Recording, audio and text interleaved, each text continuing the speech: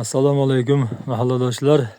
2025-yil 30-may Jizzax viloyati Arnasay tumani Bo'ston MFYda joylashgan bir xonadon Marg'ilonli jome masjidi. Mana shu masjidimizning mana tahoratxonasi.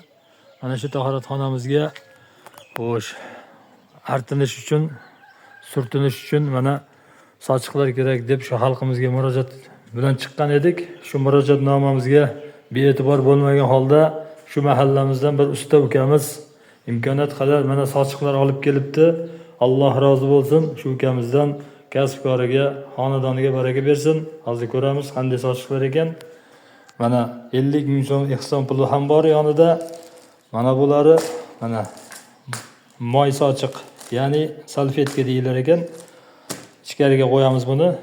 Ehsonlar kelganda ishlatiladi. Xo'sh. Mana bu sochiqlari mana 1 2 3 4 5 6 7 8 9 10 ta. Mana 10 ta 100 uchun, 100 qo'l uchun sochiqlar olib kelibdi. Alloh rozi bo'lsin, sog' bo'lsin, salomat bo'lsin. Rahmat shu ukamizga, kasb-koriga, xonadoniga baraka bersin. Barcha murod maqsadiga yetkazsin. Mana shunday do'stlar, imkoniyat bo'lsa, mana shu tahoratxonamizning sochiqlarini yangilasak. Mana sochiqlarimiz 3-4 yillik sochiqlar oxiri to'kilib ketgan mana. Yuvilaverib, ishlatilaverib, oxiri to'kilib ketgan. Mana hozir almashtirib qo'ydim.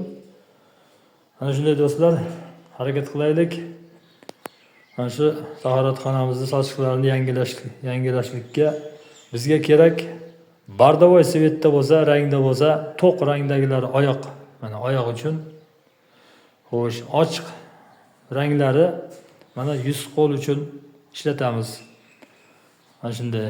Sog' bo'linglar, salomat bo'linglar. Rahmat shu ukamizga ham. Inshaalloh bu sochiqlarimizni mana hozir mana shu tahoratxonamizda 100 qo'l uchun mana shu yerga qo'yib qo'yamiz. Mana ishlatilaveradi. Asta-asta mana oyoq uchun ham olib kelinadi. Rahmat. Mana moy sochiqlarni ichkariga qo'yib qo'yamiz.